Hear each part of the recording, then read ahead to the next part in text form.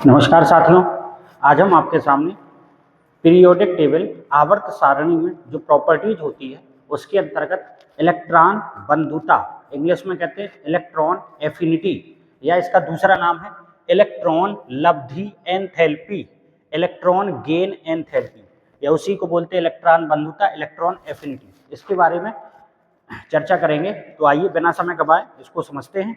आखिर होती क्या है इलेक्ट्रॉन बंधुता या इलेक्ट्रॉन एफिनिटी या इलेक्ट्रॉन गेन एंथैल्पी। तो देखिए साथियों, किसी गैसीय विलगित परमाणु, किसी गैसीय विलगित परमाणु, इंग्लिश में अगर कहें तो आइसोलेटेड गैस एटम, मतलब क्या हुआ कि गैस में बहुत सारे परमाणु होंगे, उनमें से कोई परमाणु विलग हो जाए, विलग मतलब अलग हो जाए, तो आइसोलेटेड गैस एटम, गैसीय विलगित परमाणु में एक इलेक्ट्रॉन प्रवेश कराने के लिए जितनी ऊर्जा की आवश्यकता होती है उसे इलेक्ट्रॉन बंधुता या इलेक्ट्रॉन एफिनिटी कहते हैं। एक बार फिर से डेफिनेशन गौर करिए, किसी गैसीय विलगित परमाणु में एक इलेक्ट्रॉन प्रवेश कराने के लिए, मतलब एंटर कराने के लिए जितनी ऊर्जा की आवश्यकता होती है उसे इलेक्ट्रॉन बंधुता या इलेक्ट्रॉन एफिनिटी कहते हैं। इलेक्ट्रॉन को प्रवेश कराने के लिए जितनी ऊर्जा की आवश्यकता होगी उसे क्या कहेंगे साथियों? इलेक्ट्रॉन बंधुता, इलेक्ट्रॉन एफिनिटी। ठीक है, तो जैसे वर्ग में मतलब ग्रुप और आवर्त में मतलब पीरियड में क्या परिवर्तन होता है, तो वर्ग में हमेशा ऊपर से नीचे जाते हैं, ऊपर से नीचे की तरफ जाते हैं, और आवर्त मतलब पीरियड यहाँ बाएं से दाएं जाते हैं, बाएं से दाएं जाते हैं, left to right, up to down. ठीक, ऊपर से नीचे, बाएं से दाएं जाते हैं। तो वर्ग में ऊपर से नीचे जाने पर इलेक्ट्रॉन बंधुता घटती है। वर्ग में ऊपर से नीचे जाने पर इलेक्ट्रॉन बंधुता घटती है। आवर्त में बाएं से दाएं जाने पर इलेक्ट्रॉन बंधुता बढ़ती है। इतनी बात क्लियर हुई? तो परिभाषा क्या बताई थी हमने? किसी गैसीय विलगित परमाणु में एक इलेक्ट्रॉन प्रवेश कराने के लिए आवश्यक ऊर्जा की मात्रा को इलेक्ट्रॉन बंधुता कहते हैं। वर्ग में ऊपर से नीचे जाने पर इलेक्ट्रॉन बंधुता घटती है, लेकिन आवर्त में बाएं से दाएं जाने पर इलेक्ट्रॉन बंधुता बढ़ती है। अक्रिय गैसों की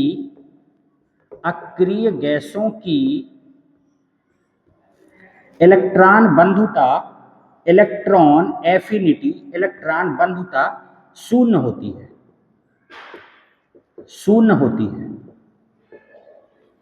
अक्रिय गैसों की इलेक्ट्रॉन बंधुता कितनी होती है साथियों? शून्य होती है। क्यों?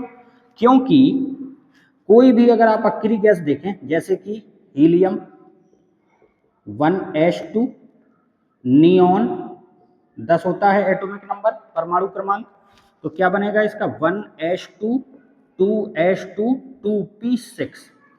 देखिए P में 6 इलेक्ट्रॉन होते हैं और 6 ही पूरे भरे हैं। P में कितने इलेक्ट्रॉन बनते हैं? 6, तो 6 इसमें पूरे भरे हुए हैं, और ये 6 और 2 टोटल कितना हो गया? 8। तो सभी तत्व यही चाहते हैं कि हमारे बाह्य कोश में, आउटर सेल में 8 इलेक्ट्रॉन हो जाए, और इसके पहले से कितने हैं? 8। इसका मतलब ये इलेक्ट्रॉन अब नहीं लेगा, और इलेक्ट्रॉन नहीं लेगा इसलिए इलेक्ट्रॉन बंधुता कितनी होती है? शून्य। तो आप ये कह सकते हैं अक्रिय गैसों की इलेक्ट्रॉन बंधुता शून्य इसलिए होती है क्योंकि इनके सभी कोशों के, कोश मतलब सेल, कोशों के उपकोश को इंग्लिश में बोलते हैं सब सेल, उपकोश पूर्णतः भरे होते हैं, भरे होते हैं और उनमें इलेक्ट्रॉन भरने की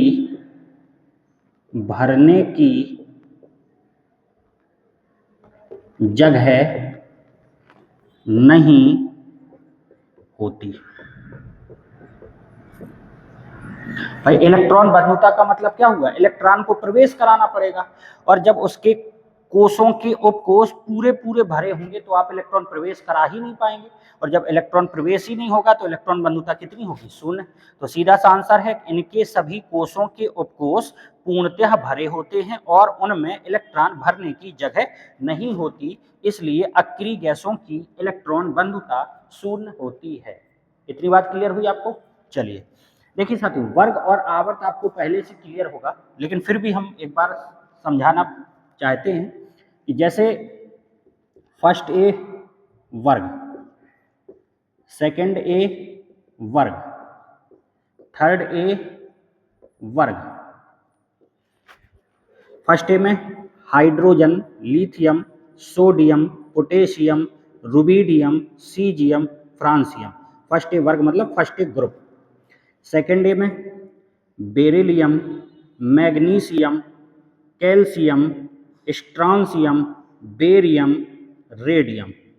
थर्ड ए में boron, aluminium, gallium, indium, thallium.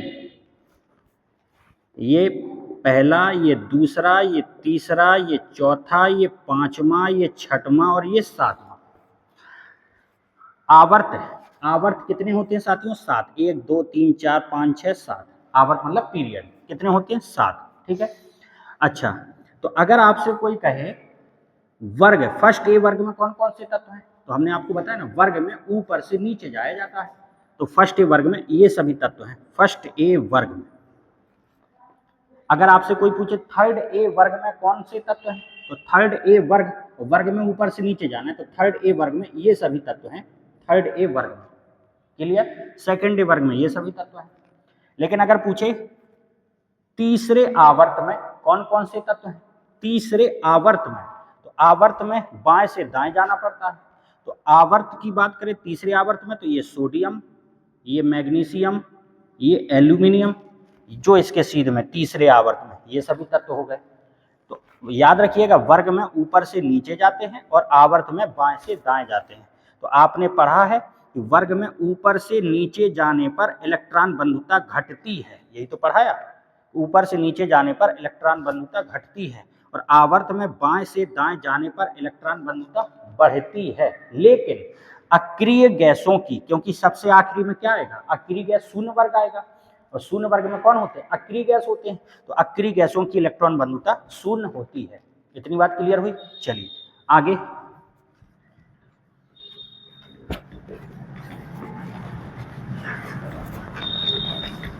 आगे साथियों, ये क्वेश्चन लिखा हुआ, प्रथम इलेक्ट्रॉन बंधुता ऋणात्मक और द्वितीय इलेक्ट्रॉन बंधुता धनात्मक क्यों होती है? तो देखिए, ये हमारा हो गया नाभिक, न्यूक्लियस, और नाभिक के चारों ओर कौन चक्कर लगाता है? इलेक्ट्रॉन। तो इलेक्ट्रॉन, सभी में इलेक्ट्रॉन होंगे, हमने बाहर वाले का इलेक्ट्रॉन दर्शा दिया है। ठीक, तो इलेक्ट्रॉन नाभिक के चारों ओर ये पूरा चक्कर लगाते रहेंगे। ठीक है। अब इलेक्ट्रॉन बंधुता की चर्चा कर रहा है, इलेक्ट्रॉन बंधुता की चर्चा कर रहा है। तो इलेक्ट्रॉन बंधुता में आपको इलेक्ट्रॉन को क्या कराना पड़ेगा? प्रवेश कराना पड़ेगा। तो यहां हमने आपको लिख दिया प्रवेश कराने वाला इलेक्ट्रॉन, प्रवेश कराने वाला इलेक्ट्रॉन। क्लियर? अब आपको पता है ये नाभिक पर धनावेश, ये कौन सा बल लगाएगा? आकर्षण बल। यहां देखिए, ये नाभिक, इस पर कौन सा बल लगाएगा? आकर्षण बल, एफ ए। एफ मतलब फोर्स और ए मतलब अट्रैक्शन। ठीक है। अच्छा, और ये इलेक्ट्रॉन, इलेक्ट्रॉन के बीच कौन सा बल लगेगा? प्रतिकर्षण, एफ आर, रिपल्सन। एफ मतलब फोर्स, आर मतलब रिपल्सन, प्रतिकर्षण बल। समान आवेश है ना, जब समान आवेश होता है तो प्रतिकर्षण बल लगता है, और जब विपरीत आवेश होता है तो आकर्षण बल लगता है। तो जब आप इलेक्ट्रॉन को प्रवेश कराएंगे तो ये नाभिक इसको अंदर की ओर खींचेगा और ये वाला जो इलेक्ट्रॉन चारों तरफ चक्कर लगा रहा है ये इसको प्रतिकर्षित करेगा, धकेलने का प्रयास करेगा। ठीक, एफ ए का मान एफ आर से ज्यादा होता है जब आप इलेक्ट्रॉन को प्रवेश कराएंगे। क्यों? क्योंकि ये इलेक्ट्रॉन जो है ये तो नाभिक के चारों ओर ये घूमेगा और इस इलेक्ट्रॉन को आप प्रवेश करा रहे हैं तो नाभिक का जो आकर्षण बल है ये प्रतिकर्षण बल से क्या हो जाएगा, ज्यादा। तो अब आप खुद बताइए, अगर आकर्षण बल का मान प्रतिकर्षण बल से ज्यादा हो जाए तो ये इलेक्ट्रॉन आसानी से प्रवेश कर जाएगा और जब आसानी से प्रवेश कर जाएगा तो ये जो प्रोसेस है ऊष्माक्षेपी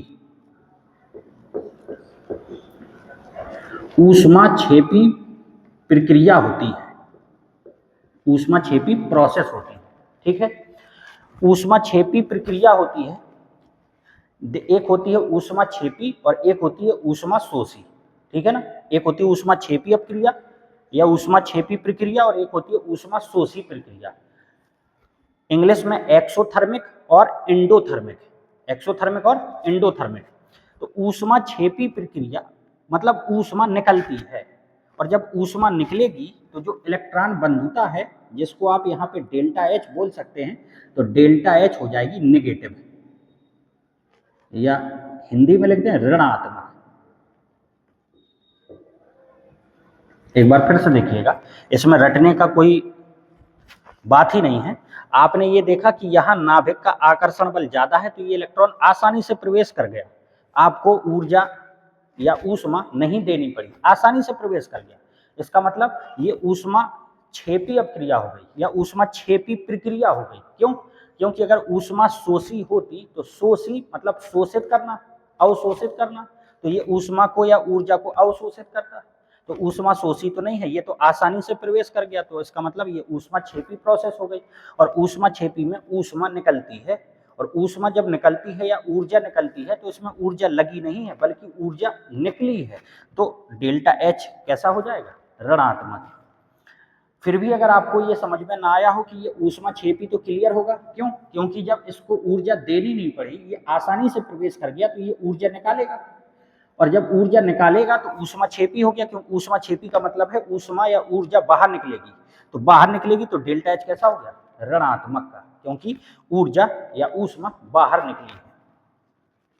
जैसे कोई भी अपक्रिया हो H2 plus Cl2 equal 2HCl, अगर यहाँ X कैलोरी लिखा है, यहाँ X कैलोरी लिखा है, तो जब डेल्टा H के रूप में लिखते हैं तो इसी को लिखते हैं माइनस का X कैलोरी। आप या तो रिएक्शन के साथ ऊष्मा को लिख सकते हैं या अगर डेल्टा H के रूप में एंथैल्पी के रूप में लिखना पड़े, एंथैल्पी के रूप में, तो ये जो प्लस X लिखा था ये माइनस का X लिखा जाता है, चिन्ह पलट के लिखा जाता है। तो देखिए रिएक्शन के साथ देखें तो प्लस लगा है, इसका मतलब ये ऊष्माक्षेपी प्रोसेस है, ऊष्माक्षेपी अपक्रिया है। तो ऊष्माक्षेपी अपक्रिया के लिए डेल्टा H का मान क्या होता है, ऋण का। देखिए ऋण का। अगर यही चीज ऊष्मा शोषी होती तो ऊष्मा अगर शोषी होती तो यहाँ माइनस आता। क्यों? क्योंकि ऊष्मा ले रही है, अभिक्रिया ऊष्मा को ले रही है और अगर ऊष्मा को ले रही है तो माइनस आता और डेल्टा H के रूप में एंथैल्पी के रूप में लिखना पड़ता, तो चिन्ह पलट के आप यहाँ क्या लिखते, प्लस। तो आप कहते डेल्टा H ऊष्मा शोषी के लिए धनात्मक होता है और ऊष्माक्षेपी के लिए ऋणात्मक होता है। अब तो बात क्लियर हुई। क्योंकि अगर अभिक्रिया के साथ अगर आप देखें तो अभिक्रिया के साथ ये जैसे प्लस लिखा है तो ऊष्माक्षेपी है और माइनस लिखा है, इसका मतलब ऊष्मा को ले रहा है और ऊष्मा को ले रहा है तो रिएक्शन में माइनस लिखा है। लेकिन आप डेल्टा H के रूप में जब लिखेंगे तो चिन्ह को पलट के लिखा जाएगा, तो चिन्ह को पलट के लिखा जाएगा तो ये प्लस हो जाएगा। इसका मतलब ऊष्मा शोषी अपक्रिया होगी तो धनात्मक होगा, डेल्टा H कैसा होगा, धनात्मक। और ऊष्माक्षेपी होगी तो यहाँ प्लस होगा, तो इसका मतलब डेल्टा H के रूप में जब लिखेंगे तो क्या हो जाएगा, माइनस। तो ये एंथैल्पी या इसी को अपन यहाँ पे क्या बोल सकते, इलेक्ट्रॉन बंधुता। तो जब ऊष्माक्षेपी अपक्रिया होती है तो उसके लिए डेल्टा H कैसा होता है, ऋणात्मक। इतनी बात क्लियर।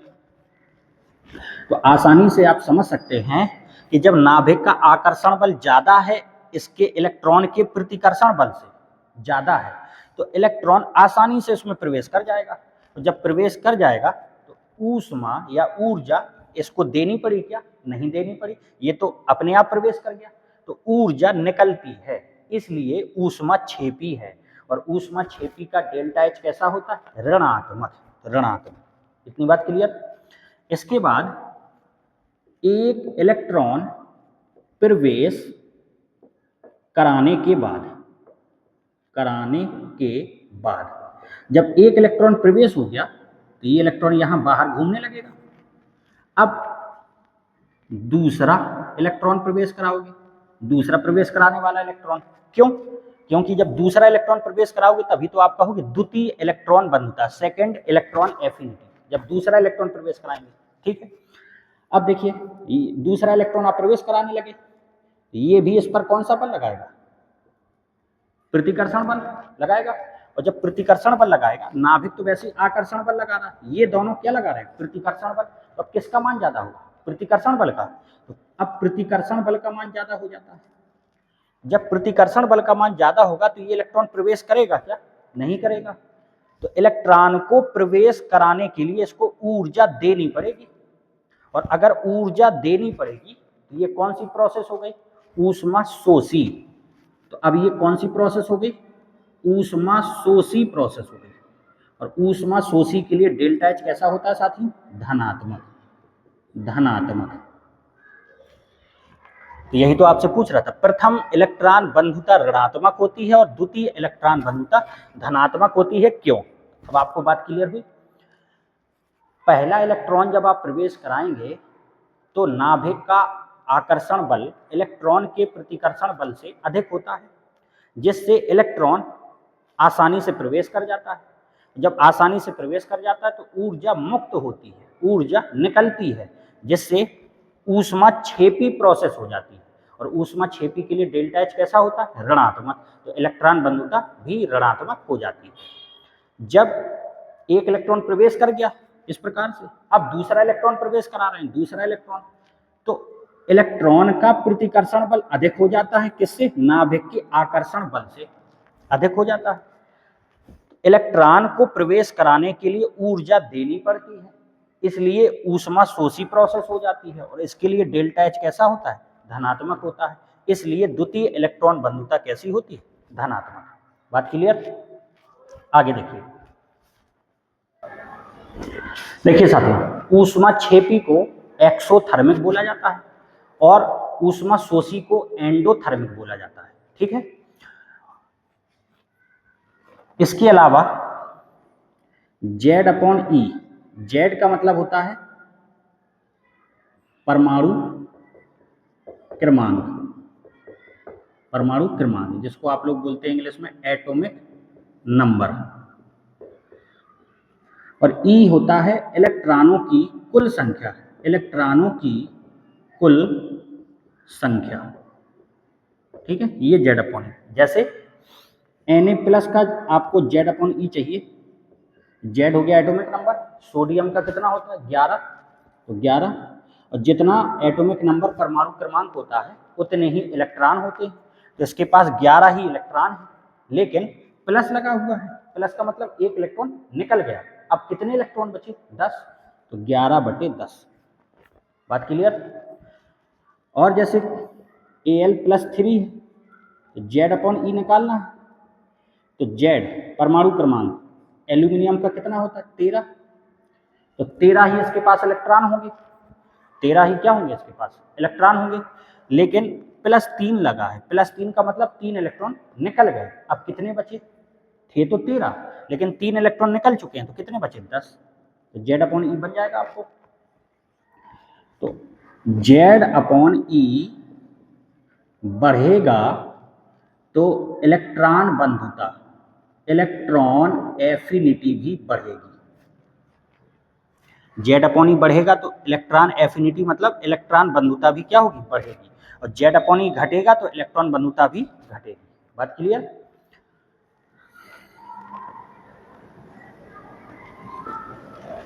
दूसरा, यदि अर्धपूरित है या पूर्ण पूरित है, पूर्ण पूरित मतलब हाफ फिल्ड है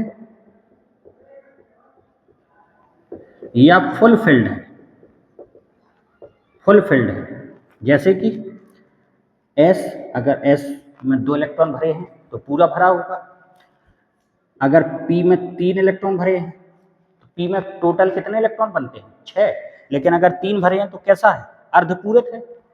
और अगर P में 6 इलेक्ट्रॉन भरे हैं तो कैसा है? पूर्ण पूरित है। क्लियर? D में अगर 5 इलेक्ट्रॉन भरे हैं तो कैसा है? अर्धपूरित। अगर D में 10 इलेक्ट्रॉन भरे हैं, क्योंकि 10 ही तो होते हैं D के पास, तो ये कैसा हो गया? पूर्ण पूरित। इतनी बात क्लियर हुई आपको? तो अगर अर्धपूरित या पूर्ण पूरित अगर किसी की इलेक्ट्रॉनिक संरचना है तो उसकी इलेक्ट्रॉन बंधुता कुछ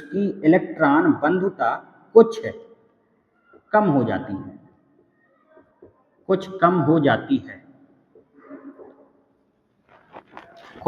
कम हो जाती है। कौन प्रदर्शित करता है ये? सेकंड ए, फिफ्थ ए और शून्य वर्ग। कौन प्रदर्शित करता है? सेकंड ए वर्ग, फिफ्थ ए वर्ग और शून्य वर्ग। और ये तो साथियों आपको पता है, शून्य वर्ग में अक्रिय गैसें हैं और अक्रिय गैसों की इलेक्ट्रॉन बंधुता कितनी होती है? शून्य होती है। अक्रिय गैस शून्य वर्ग में है, अक्रिय गैसों की इलेक्ट्रॉन बंधुता क्या होती है? शून्य होती है। तो ये जो हैं वर्ग सेकंड ए, फिफ्थ ए, शून्य वर्ग, इनकी इलेक्ट्रॉन बंधुता क्या हो जाती है? कुछ कम हो जाती है। तीसरा पॉइंट कहता है पी ब्लॉक के तत्वों में पी ब्लॉक के तत्वों में तीसरे आवर्त की इलेक्ट्रॉन बंधुता, इलेक्ट्रॉन एफिनिटी, शॉर्ट में लिख देते हैं इलेक्ट्रॉन एफिनिटी, तीसरे आवर्त की इलेक्ट्रॉन बंधुता ज्यादा होती है दूसरे आवर्त की इलेक्ट्रॉन बंधुता से।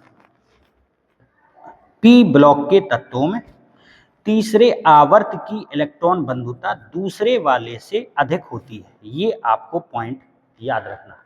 तो हमने आपको 4 पॉइंट क्लियर कर रहे हैं, 3 ये लिखे और एक पहले बताया था। क्या?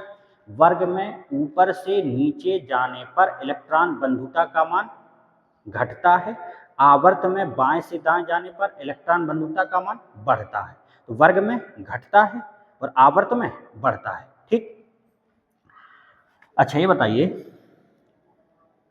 जैसे मान लीजिए आपने लिखा sodium, lithium, sodium, potassium, rubidium, caesium, francium. ठीक है। ये और लिखा फ्लोरीन, क्लोरीन, ब्रोमीन, आयोडीन। ठीक। ये वर्ग में ऊपर से नीचे जाने पर इलेक्ट्रॉन बंधुता घटती है, तो सबसे कम और सबसे अधिक। ठीक। वर्ग में, ये भी वर्ग में लिखें, वर्ग में ऊपर से नीचे जाने पर इलेक्ट्रॉन बंधुता घटती है। फिर से देखिएगा, ऊपर से नीचे जाने पर इलेक्ट्रॉन बंधुता घटती है, तो इसकी कम, इसकी अधिक, इसकी और कम, इसकी और कम। लेकिन ये एस ब्लॉक है और ये पी ब्लॉक है। एस ब्लॉक है, ये पी ब्लॉक है। अब ये वाला नियम देखिए क्या कह रहा है। अच्छा, ये जो एफ है ये दूसरे आवर्त में है, ये तीसरे आवर्त में है। तो नियम के तहत जो आपने पढ़ा है, आप Cl की क्या है? इलेक्ट्रॉन बंधुता कम। लेकिन इसमें भी एक नियम और जुड़ गया। क्या? पी ब्लॉक के तत्वों में तीसरे आवर्त की इलेक्ट्रॉन बंधुता दूसरे से ज्यादा होती है। तीसरे वाले की इलेक्ट्रॉन बंधुता दूसरे वाले से ज्यादा होती है। इसका मतलब सबसे ज्यादा किसकी हो जाएगी? Cl की, फिर F की, फिर Br की, फिर I की। बात क्लियर हुई क्या? एक बार फिर से देखिए, आपने जो नॉर्मल नियम पढ़ा वो ये पढ़ा, वर्ग में ऊपर से नीचे जाने पर इलेक्ट्रॉन बंधुता घटती है और आवर्त में बढ़ती है। ठीक। तो वर्ग में घटती है तो वर्ग में तो घट रही है, ठीक है। ये एस ब्लॉक है, ये पी ब्लॉक था, इसमें भी घट रही थी, लेकिन इसके लिए अलग से एक नियम और पढ़ा है, क्या कि तीसरे वाले की इलेक्ट्रॉन बंधुता दूसरे से ज्यादा होती है। तो तीसरे आवर्त की इलेक्ट्रॉन बंधुता दूसरे से क्या होती है, ज्यादा। इसका मतलब Cl की सबसे ज्यादा हो जाएगी, फिर किसका नंबर आएगा, फ्लोरीन का, और ये तो ज्यों का त्यों, फिर ब्रोमीन, फिर आयोडीन। बात क्लियर हुई ना। ये आपके नियम है, इस नियम पर आधारित ये कुछ क्वेश्चन है, आइए देखते हैं। इसमें जब भी ये आयन वाला क्वेश्चन हो, धनायन या ऋणायन, तो हमने आपको बताया Z/E से ही लगेगा। किससे लगेगा साथियों, Z/E से लगेगा अगर आयन वाला कोई क्वेश्चन है। तो देखिए सभी के लिए Z/E निकालते हैं। सोडियम का परमाणु क्रमांक 11 इलेक्ट्रॉन प्लस लगा है, तो एक निकल गया, तो कितने बचे, 10। मैग्नीशियम का परमाणु क्रमांक 12, 2 इलेक्ट्रॉन निकल गए, 10। एल्यूमिनियम का 13, 3 इलेक्ट्रॉन निकल गए, तो कितने बचे, 10। आपने पढ़ा जिसका Z/E ज्यादा उसकी इलेक्ट्रॉन बंधुता भी ज्यादा। तो Z/E सबसे ज्यादा किसका, Al+3 का। तो इलेक्ट्रॉन बंधुता भी सबसे ज्यादा किसकी, Al+3 की सबसे ज्यादा। इसके बाद Mg+2 की, इसके बाद Na+ की। बात क्लियर हुई भाई। Z/E जिसका सबसे ज्यादा उसकी इलेक्ट्रॉन बंधुता भी सबसे ज्यादा। तो Z/E सबसे ज्यादा किसका है, Al+3, इसकी इलेक्ट्रॉन बंधुता सबसे ज्यादा, फिर उससे कम, फिर उससे कम, ठीक है। इस क्वेश्चन को देखिए। अच्छा ये बताइए ये आयन है क्या, ये आयन नहीं है। आयन होता तो या तो धनायन होता या ऋणायन होता, ये आयन नहीं है। आयन अगर होगा तो Z/E से लगेगा। इसमें देखिए अब आप चेक करिए, ये आवर्त में लिखे हैं कि वर्ग में लिखे हैं, मतलब ग्रुप में लिखे हैं कि पीरियड में लिखे हैं। तो आपने गौर किया, लिथियम पता चला ये फर्स्ट ए वर्ग का है, बेरिलियम ये सेकंड ए वर्ग का है, वर्ग वर्ग। बोरान ये थर्ड ए वर्ग का है, कार्बन ये फोर्थ ए वर्ग का है, फोर्थ ए वर्ग का है। तो आप ये बताइए वर्ग तो सबके अलग अलग हो गए, और जब वर्ग तो सबके अलग अलग हो गए तो वर्ग में तो नहीं लिखे होंगे, वर्ग में तो नहीं लिखे, तो ये काय में लिखे होंगे, आवर्त में। ये सभी काय में लिखे, आवर्त में। बात क्लियर हो गई। जो नहीं पहचान पाते हो उनके लिए है कि देखिए वर्ग तो सबके अलग अलग हो गए, तो इसका मतलब वर्ग में तो ये नहीं लिखे हैं, तो ये काय में लिखे हैं, आवर्त में। और आवर्त में बाएं से दाएं जाने पर इलेक्ट्रॉन बंधुता बढ़ती है, आवर्त में बाएं से दाएं जाने पर इलेक्ट्रॉन बंधुता बढ़ती है। तो सबसे ज्यादा इसकी हुई और सबसे कम इसकी हुई, तो आप ऐसा लिख सकते हैं Li, फिर उससे ज्यादा Be, फिर उससे ज्यादा B, फिर उससे ज्यादा C। इतनी बात क्लियर हुई। ये इंपॉर्टेंट क्वेश्चन है, ये भी इंपॉर्टेंट है। अब ध्यान दीजिएगा, आपके नियम से आपने जो सीखा पढ़ा कि आवर्त में बाएं से दाएं जाने पर इलेक्ट्रॉन बंधुता बढ़ती है, तो बढ़ा दी। लेकिन इसके बाद इस नियम को भी देखिए, ये नियम क्या कहता है, सेकंड ए, फिफ्थ ए और शून्य वर्ग इनकी इलेक्ट्रॉन बंधुता कुछ कम हो जाती है। तो देखिए ये है सेकंड ए वाला, फिर इसके बाद फिफ्थ ए, तो फिफ्थ ए वाला तो कोई है ही नहीं। तो आपने पढ़ा सेकंड ए वाले की इलेक्ट्रॉन बंधुता कुछ कम हो जाती है। जब कुछ कम हो जाती है तो तुलना करेंगे तो आगे वाले से और पीछे वाले से तुलना करेंगे। तो आप देखिए इसकी आगे वाले से और पीछे वाले से तुलना करेंगे तो कम होना चाहिए।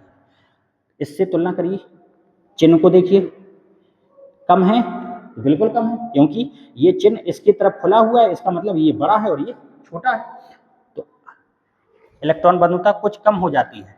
तो चिन्ह से गौर किया, इसकी कम है, बिल्कुल कम है, और इससे तुलना किया तो ये चिन्ह लगा हुआ, तो कम है कि ज्यादा है, तो चिन्ह के हिसाब से क्या है, ये ज्यादा। और क्या पढ़ना है, कुछ कम हो जाती है, तो इसकी कम होना चाहिए। इसका मतलब इन दोनों का स्थान बदल दीजिए।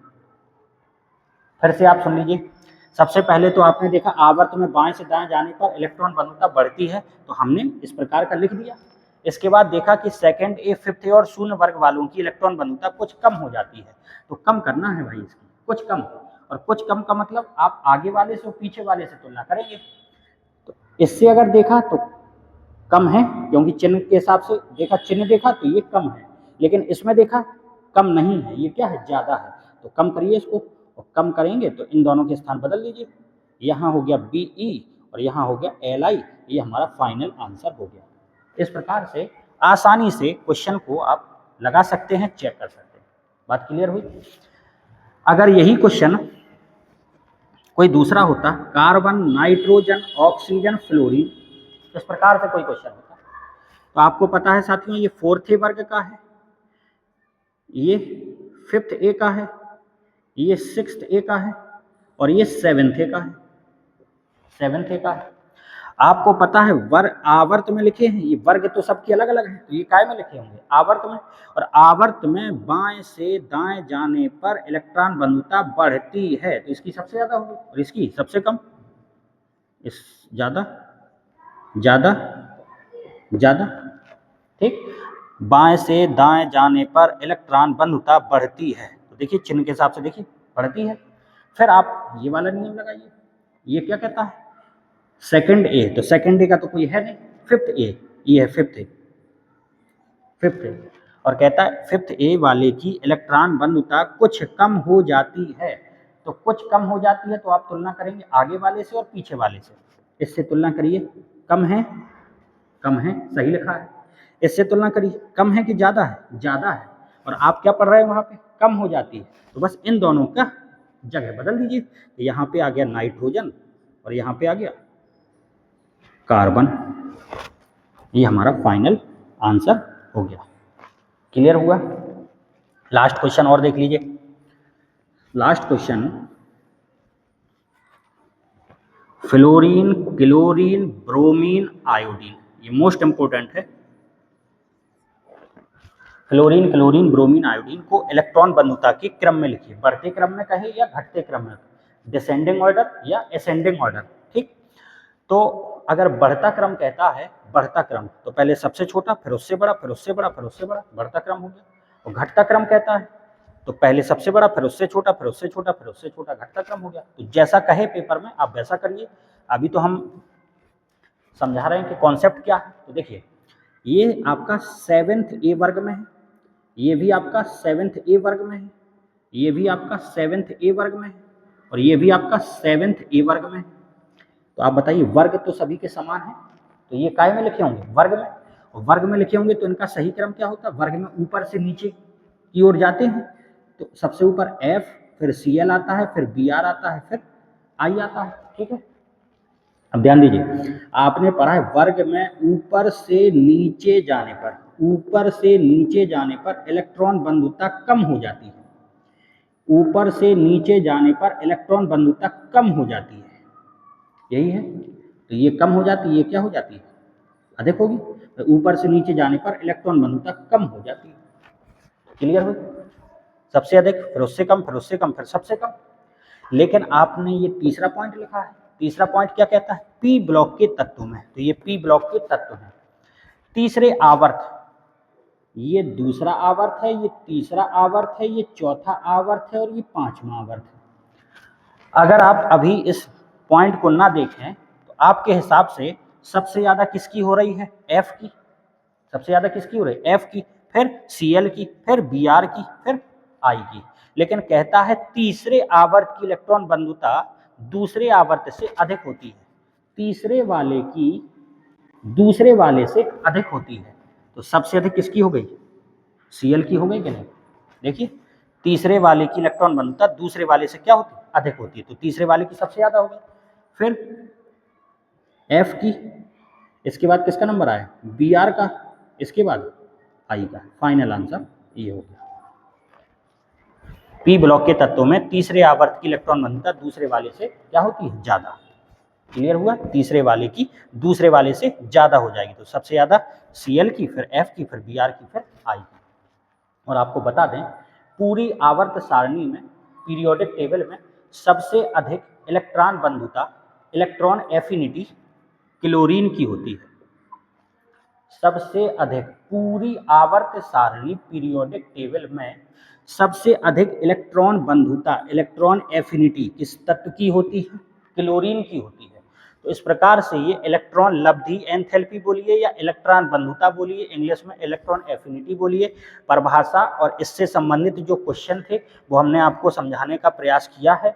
और उम्मीद करते हैं साथियों आपको समझ में भी आया होगा। तो वीडियो आपको समझाने के लिए आपके लिए उपयोगी रहा होगा। धन्यवाद।